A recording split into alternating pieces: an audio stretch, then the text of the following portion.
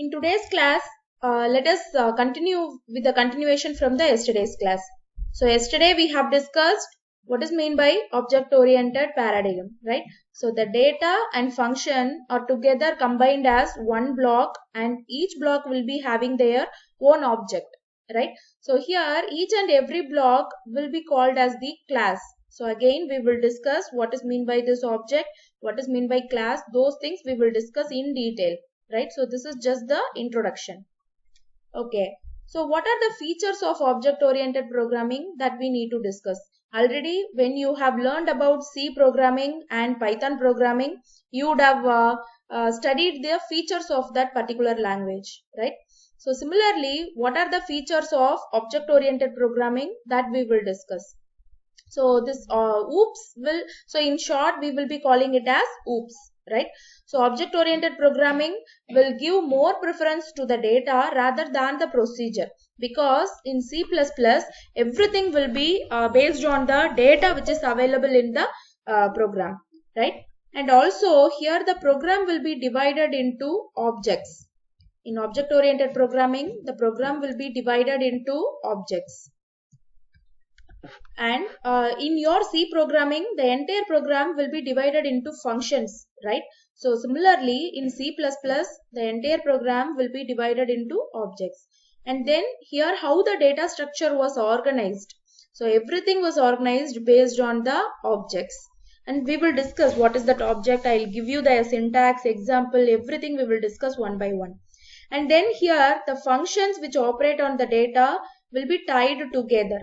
Right, as we discussed in the previous slide, what is that object-oriented programming paradigm? The function and data will be combined or tied together in one particular object, right? And here the data is hidden and it cannot be accessed by the other functions. So sometimes we may give some data we don't want to modify by any other functions. So at those times we can specify it with some access specifiers. So that access specifier is another additional feature which is available in C++, which we don't have in C programming. So because of that, we can hide the data from the external functions. So that is another additional features of C++. And then objects may communicate with each other with the help of the functions. Anyway, in C programming also we can communicate with another functions by passing arguments, those things, right? So here also we can communicate with other functions with the help of objects. And as we discussed, one of the advantage of C program, that the extension of the program is easier, right? Since the entire program was splitted like a module, right? So we are going to split the entire program into number of classes or number of functions in a similar way. So because of that, new data or function can be easily added wherever it is required, right? So new data and function can be added easily. And then we have discussed the type of approach, right? So we have discussed C++ follows bottom-up approach. Why? Because the main program, we will keep at the bottom of the program, from where we are going to access all the variables and functions from the program, right? So the major important key points of or the features of OOPS which you have to remember is, it emphasizes on data rather than the procedure. Since it is object-oriented programming, everything depends on the data, right? And here the program will be divided into objects, right? And then here everything is characterized based on the objects, right? And we discussed that here the data and function are together combined, right? So combined as an object. And then data can be hidden. That is possible, right? So objects may communicate with others through the help of functions, right? And then new data and function can be easily added wherever it is required, or some cases we may remove a particular module from the program without affecting the other parts of the program. So that is another important feature. And the last one is, it follows the bottom-up approach in the program design, right? So these are the features of object-oriented programming. These features are more important, right? Apart from exam point of view, while learning a particular programming language, its features we need to remember always, right? Okay.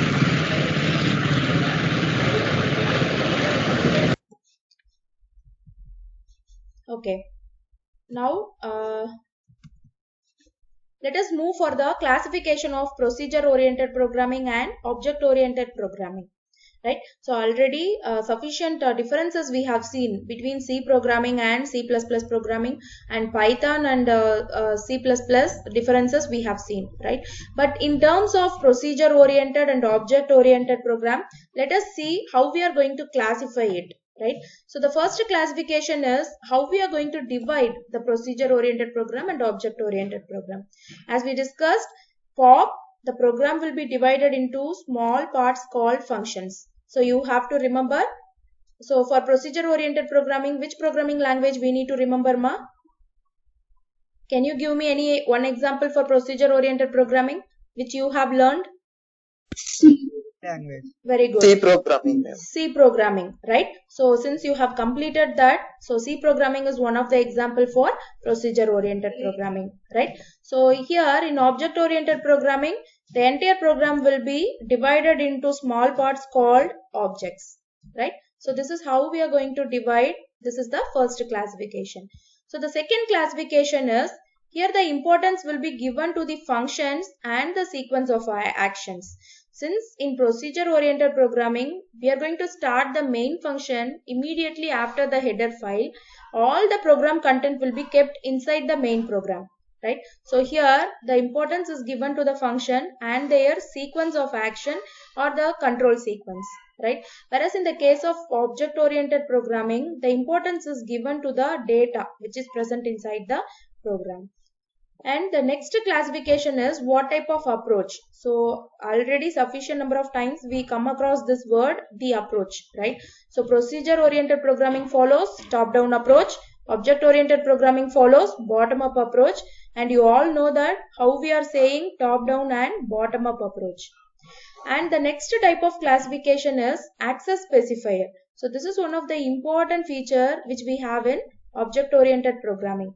So the access specifier is not available in procedure oriented programming. Whereas we have three access specifiers in object oriented programming. So they are public, private and protected. So I will tell you what is meant by public, private and protected, right? So the access specifier are not available with procedure oriented programming, and the access specifiers are available in object oriented programming. We have three access specifiers. Okay.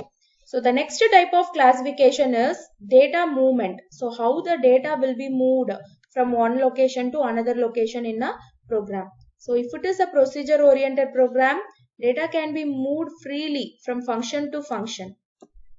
Whereas in the case of object oriented programming, the data can move and communicate using the member functions. So here simply we won't call it as a function. Instead, we will be calling them as member functions. So why we are calling them as member functions? In the sense, within a single program, we are going to have many different classes.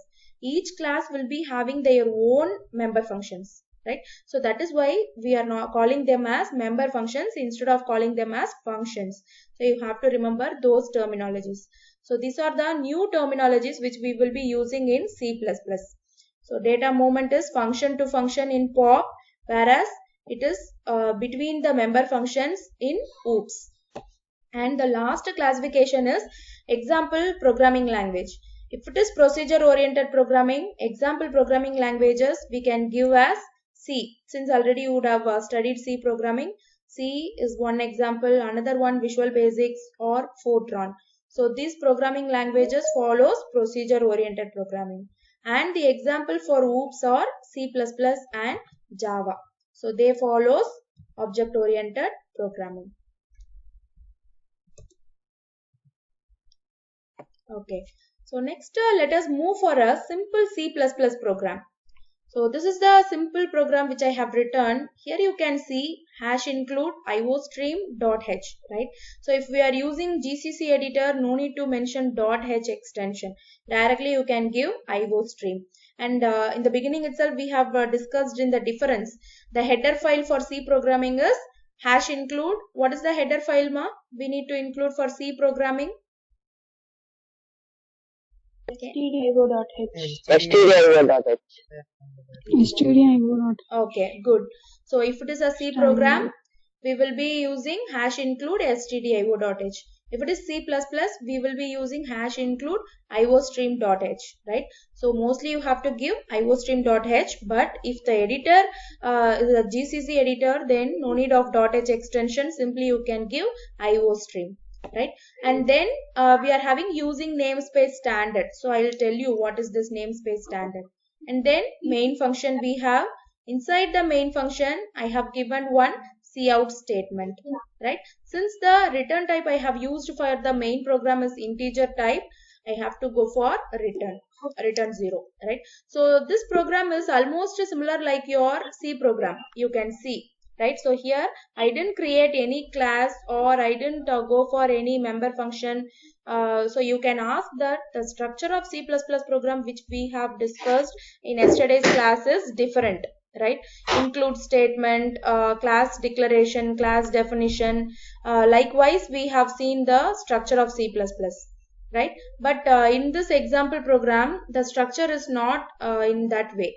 So this structure is similar like your C program structure, right? So this is the simple program. Let us start with simple program so that it will be easy for you to understand.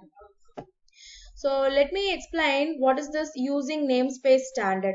So this will bring the scope for the identifiers that are used in the program. As you all know that identifiers in C and Python itself, you would have studied about the identifiers, right? So whatever the user is going to give the name for a function or a variable, we will be calling them as identifiers. So it will bring a scope for the identifiers that are used in this program. So to specify that, we will be using this namespace standard, right? So it is optional. Mostly in C++ program, we will be using this line. If not, no problem. You can, without this line also, you can execute. So the program will be executed. The only thing is it will bring all the identifiers defined in the standard to the global scope. And then we have the header file iostream. We have the header file iostream, right? So iostream is input output stream.h. So this was used to use the input output statements in the program, right? So this is the simple C++ program we can use. And then we need to discuss what are the comment line syntax to make a particular line as a comment line, what syntax we need to use. If it is your C programming, you can remember that slash we will use, right? For Python, what is the syntax you have used to make a line as a comment line? Can anyone answer me? Hash. Very good. Okay, if it is multi-line, multiple comment line, Triple slash. Very good. So triple quotations we can use, right? So that is for Python. So in the case of C++, double slash will be used for comment line. So to make a single comment line, double forward slash will be used in each and every line, right? So if it is multi-line comment line, then forward slash followed by that asterisk. Again, where we need to end asterisk and then single forward slash. So these are the syntax used to make the comment line. So kindly make a note of it. Actually, these things we don't have in our syllabus. So directly we can't start the syllabus. So we need to know few basic things before starting the programming, right? Okay. So next we need to discuss what are the input and output operator. So what are the input and output functions we have used in C programming? Scanf and printf. Very good. So scanf and printf are the input output functions we have used in C programming. If it is your Python, we have used only print, right? So directly we can get the value from the user, but to print something, then we need to go for the print function. Similarly, in your C++ program, the input and output operators are cin and cout. Okay. So the cin is used to get the value from the user.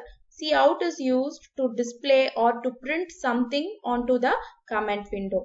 So the syntax for this is use the keyword cin and then double greater than symbol. Okay, so I will tell you what is the name for this symbol. Followed by that, for which value we need to get the actual value from the user, that we need to give here and terminate it with a semicolon. So this is almost similar like our C programming. Then for the printf statement, we are going to use cout. So cout double less than symbol. So if you are going to print something onto the output window, use it within double quotes, or if we are going to print any variable, just to give that variable name.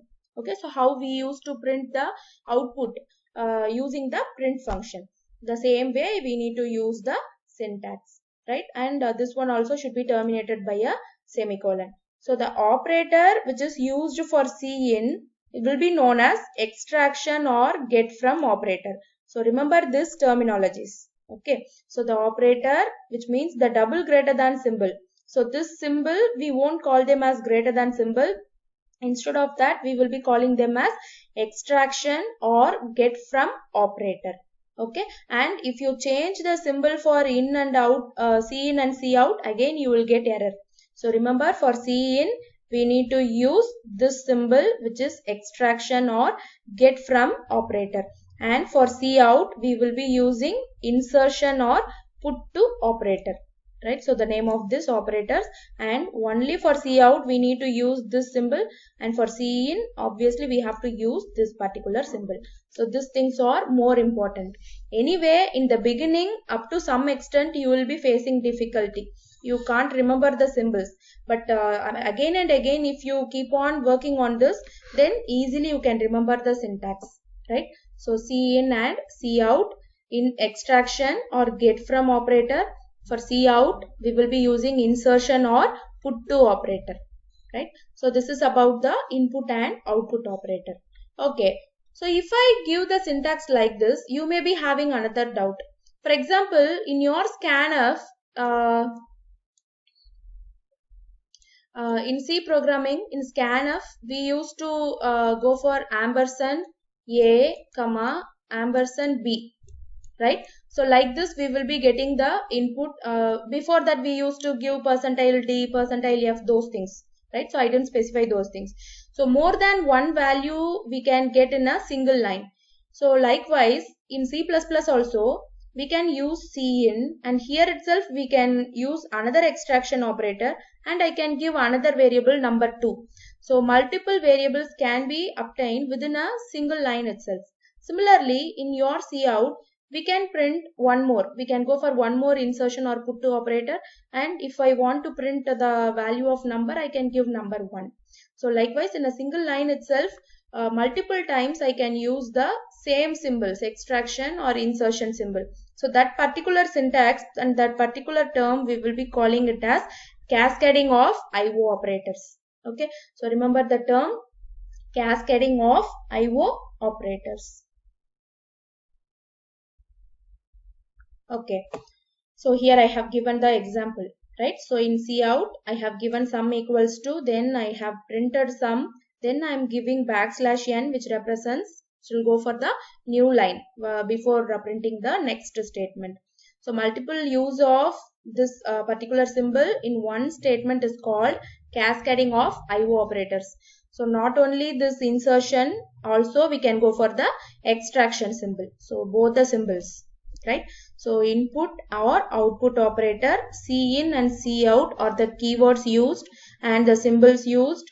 And here we have the terminology called cascading of IO operators. Okay. So next let us move for one simple example program. So here I have taken average of two numbers. As you all know that if we add two numbers divided by 2, we can obtain their average, right? So we know that first we need to go for header file. Header file need to be included, then bring all the identifiers to the global scope of this particular program. For that I am using namespace standard. Again remember, without this also we can execute, right? And if you are using, we need to use using namespace standard, terminate it with a semicolon. And remember, in this program, here I have capital U, capital I, capital F. So this will give you syntax error, right? Since I have typed, by default it came in caps. Okay, so you just avoid it. Here small u using namespace standard, and then I'm creating the main function. So this program is almost similar like our C program. There is no change in the structure, right? Since C++ can follow procedure oriented as well as object oriented, we can write it like this also. There is no error in writing a program in this pattern, right? So here main program I am creating, and the data type which I have used is integer type. So we can go for void also. So remember, if I am using integer type, then I have to go for return 0, right? So as a CSE student, we must remember all these linkages we need to remember. Okay, then inside the main program, before writing any program, first thing we need to decide how many number of inputs, how many number of outputs for this particular program are required, right? So the number of input, what type of input it is, and the number of outputs and what type of output it is. Those things need to be finalized before writing a particular program, right? So here 2 inputs are required for me since I need to get 2 numbers, right? Then I'm going to calculate the sum and then average. And we know that to get the value from the user, the extraction or get from, we need to go for cin operator, right? So cin and extraction symbol I have used. Then the first variable is number 1 and the second variable is number 2. And remember, within a single line also we can get the value of these 2 numbers, right? And then sum equals to number 1 plus number 2. So this is normal calculation part. And remember, all the lines need to be terminated by a semicolon. So since in middle you have studied Python, you will face lot of syntax mistakes for some days. Okay, since we don't have a lab session also, if it is in offline mode in college, every week you will be coming to lab and you would have practiced, but now we don't have that option, right? But anyway, I'll suggest you some online tools, okay, where you can execute the C++ programs in online itself. So in middle I'll give you some task also, so parallelly you just execute those tasks in online mode and keep in touch, right? So keep on practice until we meet in college. Okay, so those tasks I will be assigning for you. So here within a single line itself we can get 2 values from the user, and sum can be calculated, then average can be calculated like this, and then we will be going for cout statement, right? So in cout I'm using the insertion or put to operator, and then sum equals to, I'm printing the sum value. So whatever I have given within double quotes, this will be printed in the output screen as it is, right? And then in another line I'm printing the average value, and then give return 0, end the program. So the output for this particular program will come like this, right? So enter 2 numbers. Okay, so in cin I didn't specify enter 2 numbers. So if I give within double quotes, it will show you enter 2 numbers. Then we can enter the numbers and sum equals to and average equals to, right? So like this we will get the output for this particular program. So this is the simple C++ program. Remember, from the header file we will be having the changes. So header file we need to change, and then instead of printf and scanf, we don't have those concept here. Instead of that, we will be having cin and cout. Other things are almost same like the C programming, right? But only thing is you need to remember C programming language once again, because since you have learned Python in middle, the Python syntax and programming lines will be very minimum. We have lot of differences, but you have to practice again and again. Okay, so based on this, here I have given you some simple C++ program task. So the first task is write a simple program to print welcome to C++. And the second task is write a simple program to calculate addition of 3 numbers. And the third one is write a simple program to calculate simple interest, right? So can you all write these 3 tasks in a notebook? So that I'll give you one online tool. Okay, so you just follow that online tool. You can type your program and you just save it in a Word document or something, or if you are using mobile, just take a screenshot and keep it, right? So that I will consider this as one task, and you can submit it to me. Just write down this three program task in your notebook.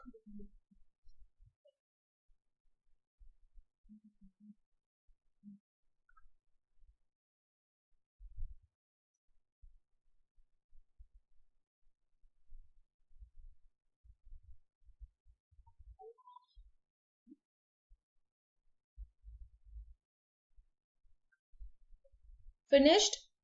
Shall we move for the next slide?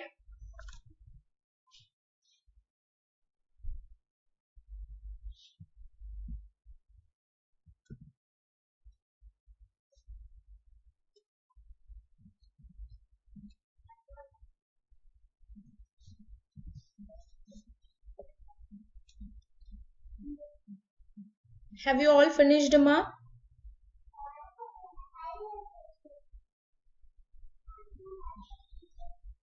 Yes, ma'am. Okay. Okay, I'll move for the next slide. Okay, so now we will enter into our syllabus, actual syllabus, right? So far whatever we have discussed, they are the C++ syntax and the introductions and differences with other programming languages, and what is meant by object oriented programming, what is procedure oriented programming, their differences, structure of C++, and introduction to C++, right? So since we have discussed sufficient introduction about C++, now we will move into our syllabus. Okay, so the first thing we need to discuss is what are the basic concepts of object oriented programming. Okay, so object oriented programming has totally 7 basic concepts. So all these 7 basic concepts are more important. If you know these 7 concepts, then easily you can write the C++ program. There is no doubt in that. So other programming languages we can't summarize like this, right? But here it is very easy. If you know this 7 concepts, then you can easily go for the C++ program, right? So let us discuss one by one. So what are the in unit 1 completely we are going to discuss each and every concept of OOPS. So let us start with the first one. So the first concept is objects, and then the second one classes, data abstraction and encapsulation, inheritance, polymorphism, dynamic binding, and message passing. So even if you go for interview, you may get questions like list out the concepts of OOPS.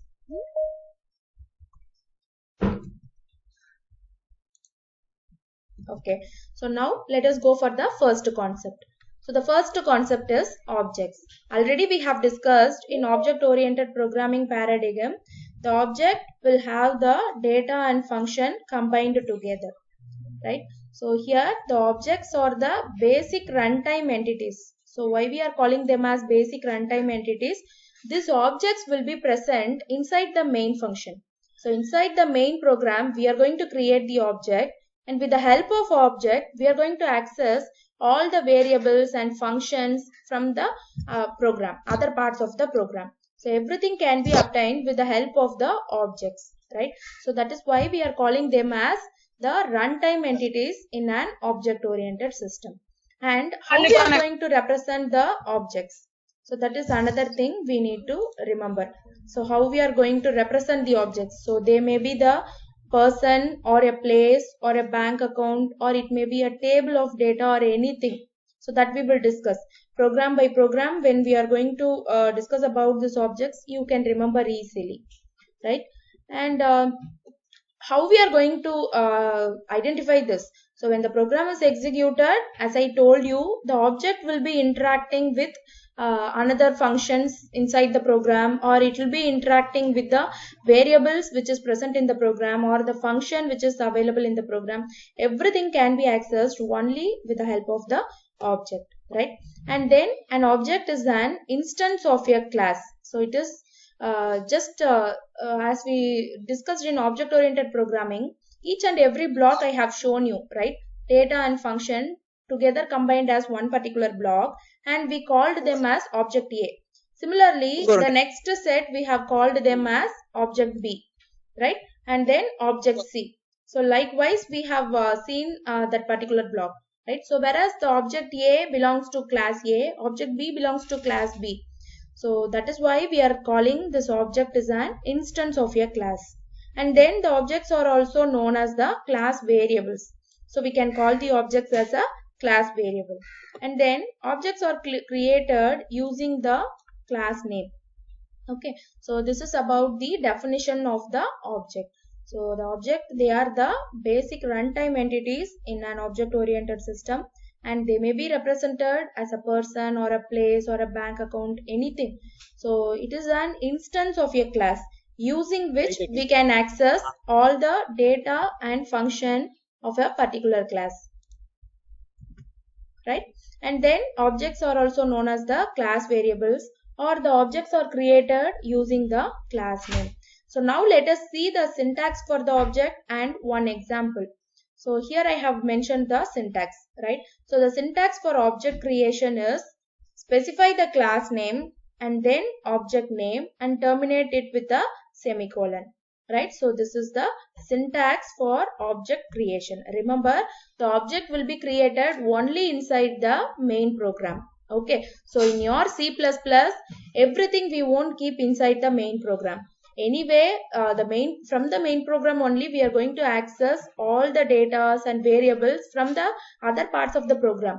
So you have to remember that the object for a particular class can be created only inside the main program. And the syntax for object creation is mention the class name, space, create the object name, terminate it with a semicolon, right?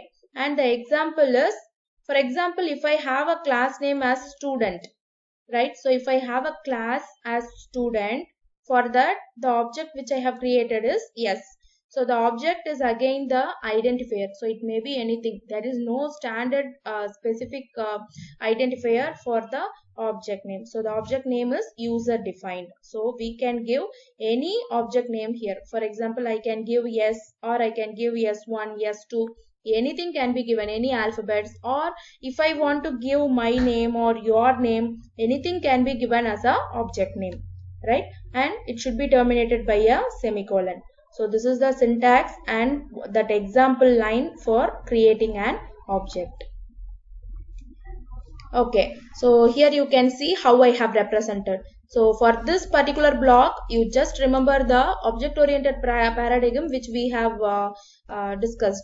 So the data and function are together combined and it can be accessed with the help of object. So this object is for a student class, right? So here student is the class. For this student class, we have created the object. It comprises of certain data and the functions. So inside the student class, I have the data declaration part. So in data declaration part, totally I have 3 datas, right? So the datas are nothing but the variables. So if it is a C program, we will be calling them as variables, but here we will be calling them as data members, right? And this is the member function. So why we are calling them as data member and member function, in the sense this data and functions are the member who belong to the class student, right? So the data are name of the student, date of birth and marks. So just to remember these 3 things as the variable for the student class, right? And then we have the functions. The functions are total, average and display and so on. So your total will be calculating the total marks, average will calculate the average, and display function will display all the values, right? So the data and function are combined together in a single class. The class name is student, and this student class can be accessed by creating the object. Is it clear up to this? Okay. So if you have any doubt up to this, you can ask me. Regarding writing a simple C++ program, from that point onwards, if you have any doubt, just during that particular class itself, you just ask me so that I'll explain you again.